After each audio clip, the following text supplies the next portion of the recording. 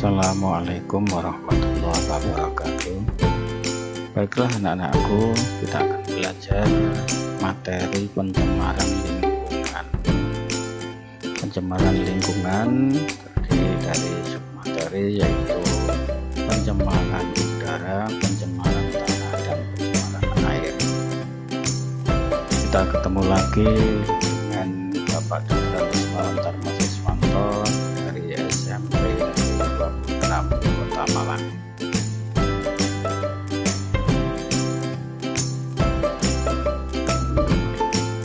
Kita akan mempelajari pencemaran udara. Udara adalah salah satu faktor abiotik yang mempengaruhi kehidupan kompleks makhluk hidup. Udara mengandung senyawa-senyawa dalam bentuk gas, diantaranya mengandung gas yang amat penting bagi kehidupan, yaitu oksigen. Dalam atmosfer bumi terkandung sekitar 20% oksigen yang dibutuhkan oleh seluruh makhluk hidup yang ada di dalamnya. Pencemaran udara didefinisikan sebagai suatu kondisi di mana udara mengandung senyawa-senyawa kimia atau substansi fisik maupun biologi dalam jumlah yang memberikan dampak buruk bagi kesehatan manusia, hewan, ataupun tumbuhan, serta merusak keindahan alam serta kenyamanan atau merusak barang-barang berkelas.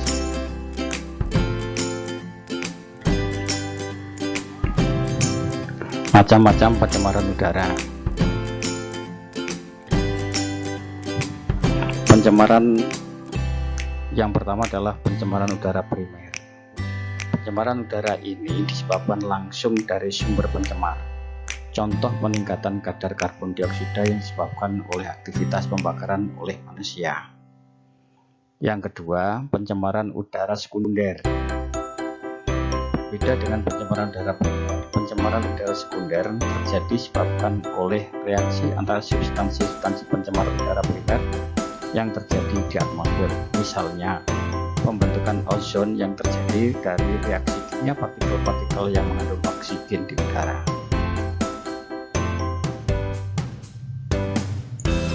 Penyebab pencemaran udara. Ini bisa kita lihat penyebab dari pencemaran udara diantaranya industri yang banyak mengeluarkan asap pabrik, kemudian kebakaran hutan, kemudian asap dari kendaraan ini yang makin lama makin meningkat dengan jumlahnya kendaraan semakin banyak. Pembakaran sampah ini penyebab pencemaran udara.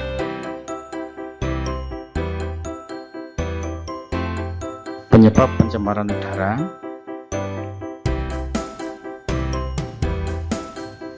Sumber pencemarannya satu dari alami, yaitu letusan gunung berapi dan kotoran hewan dan kebakaran hutan secara alami. Kegiatan manusia, industri dan pembakaran, antara lain pembakaran sampah, asap industri, kemudian asap kendaraan, asap rokok, senyawa kimia buangan seperti CFC dan lain-lain.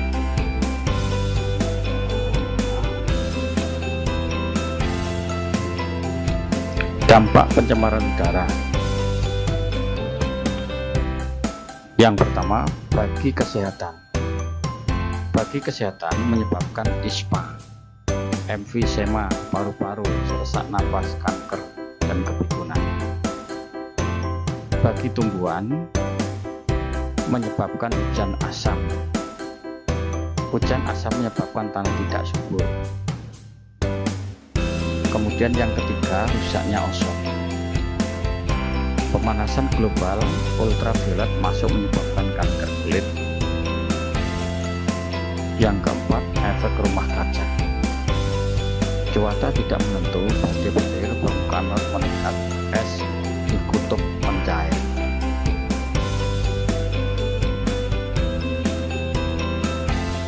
Sumber-sumber pencemaran. Nah, ini bisa kita lihat dari gambar tadi.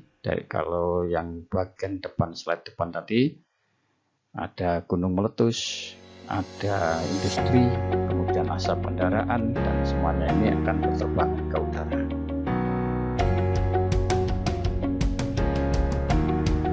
Jenis-jenis pencemaran, dan kita bisa lihat jenis pencemaran dan contohnya serta sumber utamanya.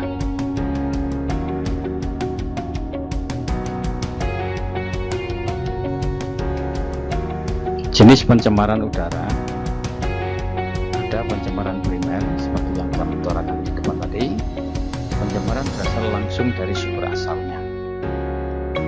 Contoh CO, karbon monoksida, CO2, karbon dioksida, NO, nitrogen dioksida, NO2, nitrogen dioksida, SO, sulfat oksida, dan debu.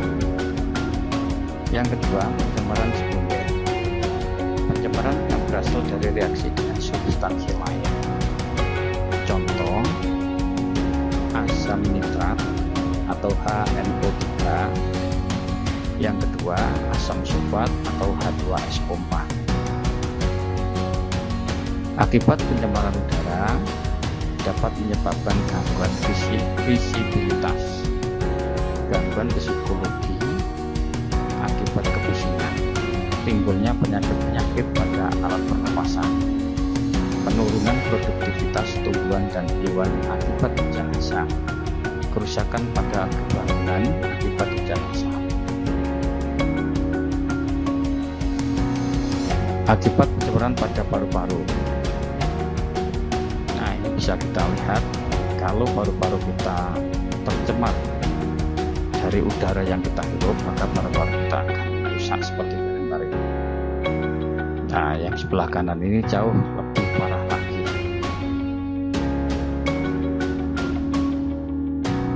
Contoh kasus hujan asam. Hujan asam, sumber pencemaran terutama yaitu industri yang mengemisi atau mengeluarkan SO2 dan NO2 atau SO2 dan NO2, sulfur dioksida dan nitrogen dioksida. Hujan dengan pH kurang dari 5,6 wet deposition. Hujan mengandung asam atau H2SO4, asam sulfat, HNO3, asam nitrat, atau reaksi SO2 dan NO2 dengan H2O atau air. Jangkauan jauh beberapa kilometer dari sumber pencemaran. Untuk dry deposition berupa partikel SO2 dan NO2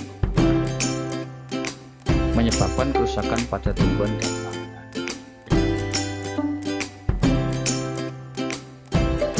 Mekanisme hujan asam ini bisa kita lihat di dalam gambar.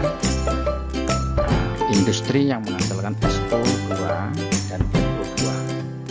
Kalau industri, misalkan industri yang menggunakan bahan bakar batu bara, maka dia akan mengeluarkan SO2. Nah, SO2 ini bercampur dengan uap air yang ada di udara sehingga menghasilkan asam sulfat atau H2SO4. Atau industri menghasilkan NO2 bereaksi dengan air atau H2O, maka akan menghasilkan HNO3 atau asam nitrat. Itulah yang disebut hujan asam.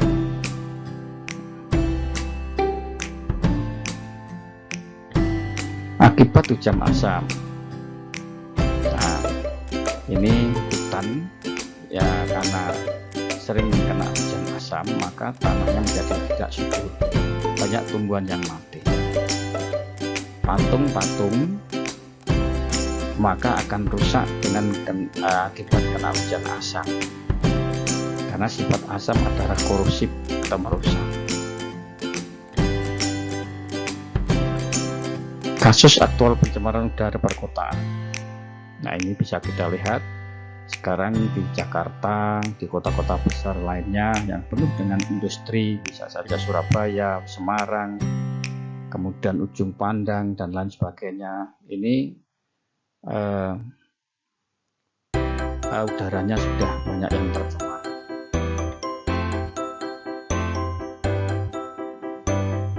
Kasus aktual pencemaran dalam ruangan. Nah, misalkan bengkel, bengkel sepeda itu kalau bisa asapnya dari knalpot dimasukkan dalam pipa, dibuang keluar, tidak langsung ketika si bengkel menguji sepeda motor tidak berada di dalam ruangan.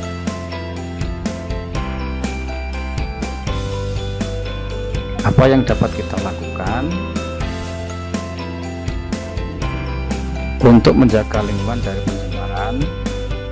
Usaha pencegahan adalah prioritas utama. Yang pertama, tidak menggunakan bahan yang berpotensi menjadi bahan pencemar atau bahan ramah lingkungan. Prioritas kedua adalah usaha penggunaan bahan pencemar ke dalam bentuk yang menguntungkan, reuse, recycle, usaha komersialisasi bahan pencemar yang dimodifikasi. Prioritas terakhir adalah pengolahan bahan pencemar. Penggunaan teknologi pengolahan limbah yang telah ada, penggunaan sumber daya hayati untuk pengolahan limbah atau bioremediasi.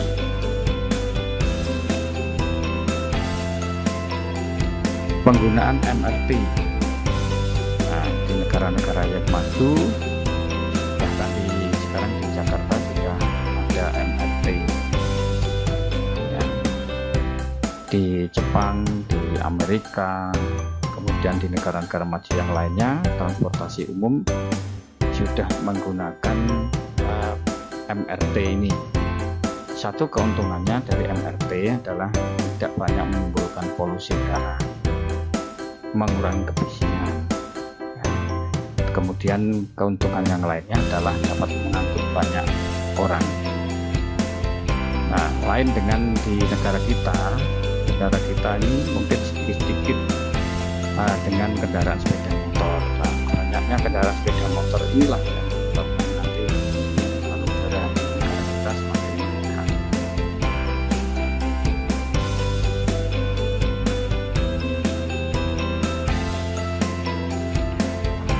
Penggunaan biofuel atau bahan bakar yang menggunakan tumbuhan, misalkan pohon jarak. Nah, selama ini kita menggunakan bahan bakar fosil, bensin, tamak, dan lain sebagainya.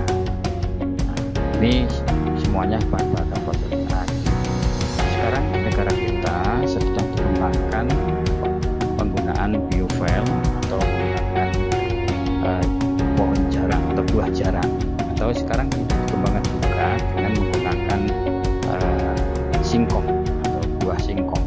Ini bisa diolah menjadi bahan bakar yang ramah lingkungan.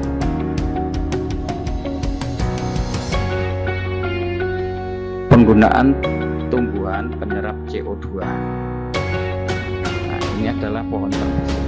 Pohon terbesi ini penghasil oksigen yang terbaik dan penyerap CO2 yang baik. Makanya kalau kita berada di bawah pohon terbesi, maka kita akan merasakan sejuk sekali karena banyak mengandung oksigen. Baiklah anak-anakku, cukup sampai di sini dulu pertemuan kita hari ini. Tetap semangat dan jangan lupa jaga kesehatan. Terima kasih atas perhatiannya. Assalamualaikum warahmatullahi wabarakatuh.